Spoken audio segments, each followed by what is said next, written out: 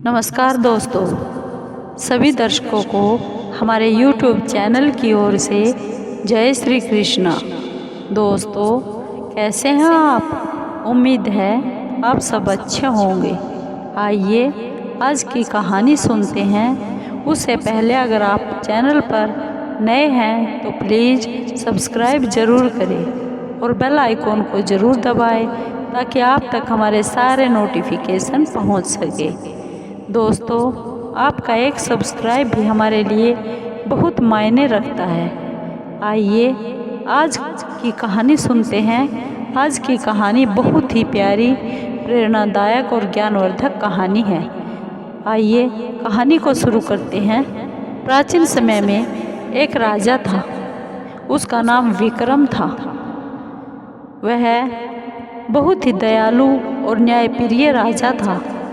वह अपनी प्रजा का हाल चाल जानने के लिए रात में कभी किसी रूप में और कभी किसी रूप में अपने राज्य में घूमा करता था। राज्य के चोर डाकू सभी जानते थे कि महाराज जी भेष बदलकर राज्य में घूमते हैं, इसलिए वो अपराध करने में बहुत डरते थे। राजा भी यही चाहते थे कि उनके राज्य से अपराध को पूरी तरह से ख़त्म किया जाए और उनकी प्रजा रात को आराम की नींद सो सके। इसी प्रकार एक रात महाराज भेष बदलकर अपने राज्य में घूम रहे थे। चलते चलते उन्हें एक भवन के बाहर रस्सी लटकी हुई दिखाई दी।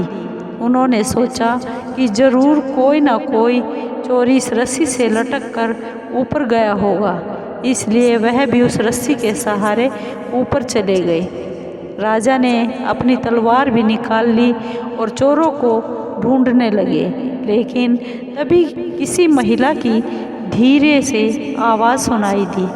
उन्हें लगा कि यह स्त्री ही चोर है।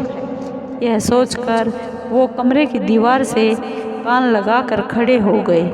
उन्होंने सुना कि वह स्त्री किसी के साथ वाले कमरे में जाकर किसी की हत्या करने का बातें कर रही थी। महिला कह रही थी कि उस आदमी की हत्या किए बिना किसी और के साथ उसका संबंध बनाना बहुत ही मुश्किल ही नहीं, नामुमकिन भी है। इसके बाद वह राजा को एक पुरुष की आवाज़ भी सुनाई दी। वह आदमी बोल रहा था कि वह लुटेरा ज़रूर है, लेकिन किसी निर्दोष आदमी की जान नहीं ले सकता। उसने उस स्त्री से कहा। उसके बाद पास बहुत धन है। वह दोनों दूर कहीं जाकर सुख से अपना जीवन बिता सकते हैं। इस पर वह स्त्री बोली कि तुम 2 दिन के बाद आना, क्योंकि मैं सारा धन इकट्ठा कर लूँगी और इसमें इकट्ठा करने में 1 दिन लगेगा। राजा समझ गए कि वह पुरुष और उस महिला का कुछ संबंध है। वह उस स्त्री का प्रेमी है और उस स्त्री को वह स्त्री इस घर के मालिक की पत्नी है। इसके बाद राजा उस रस्सी के सहारे धीरे धीरे नीचे आ गए और उस स्त्री को देखने लगे और उस स्त्री के प्रेमी का इंतज़ार भी करने लगे। थोड़ी देर बाद ही जैसे वह स्त्री का प्रेमी रस्सी पकड़कर नीचे की ओर आया तो राजा ने उसकी गर्दन पर अपनी तलवार रख दी और उसे अपना परिचय दिया कि मैं कौन हूँ।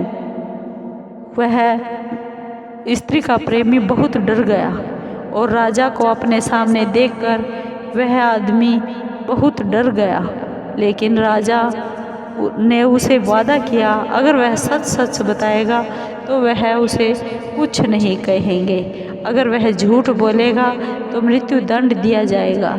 इसके बाद उस पुरुष ने महाराज से अपनी सारी कहानी बताई कि मैं बचपन से ही उस स्त्री से प्यार करता हूँ और शादी भी करना चाहता था, लेकिन मेरे पिताजी बहुत बड़े व्यापारी थे जिसके कारण मेरे पास बहुत धन था। फिर एक दिन समुद्री डाकुओं ने मेरे पिताजी का सारा कीमती सामान से भरा हुआ जहाज़ लूट कर ले गए, जिसके कारण हम बहुत ही गरीब हो गए, कंगाल हो गए और मेरे सारे सपने चकनाचूर हो गए। इससे मेरे पिताजी इतने दुखी हुए कि उनकी मौत हो गई। इसके बाद मैंने समुद्री डाकुओं से बदला लेने के लिए फैसला कर लिया। कई सालों तक इधर उधर धक्के खाने के बाद एक दिन मुझे उनका पता चल गया। किसी तरह मैं उनके डाकुओं के गुट में शामिल हो गया और उनका विश्वास जीत लिया। और विश्वास जीतने के बाद जब भी मुझे मौका मिलता मैं किसी न किसी सदस्य की हत्या कर देता। इस तरह से मैंने पूरे डाकुओं के दल को ख़त्म कर दिया और उन्होंने लूट से जो पैसा इकट्ठा किया था, जमा किया था, वह लेकर वापस अपने घर आ गया। घर आने के बाद मुझे यह पता चला कि जिससे मैं प्यार करता था उस लड़की की शादी राज्य के किसी साहूकार से हो गई। एक बार फिर मेरे सारे सपने टूट गए। एक दिन मुझे उसके मायके में आने के बारे में पता चला। फिर वह रोज़ मुझसे आकर मिलने लगी। एक दिन मैंने उससे कहा कि मैं तुम बिना रह नहीं सकता लेकिन मेरे पास बहुत धन है। लेकिन उस लड़की को विश्वास नहीं हुआ। उसने कहा कि अगर वह मुझे 9 लाख का हार ला कर दे तो मैं उस पर विश्वास करूँगी।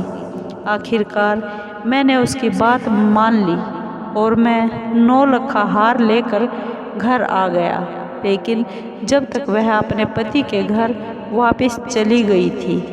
आज जब मैंने ये 9 लाख का हार लाकर उसे पहनाया तो उसने ये कहा कि मेरे पति की हत्या कर दो, उसके बाद ही हमारा कुछ हो सकता है।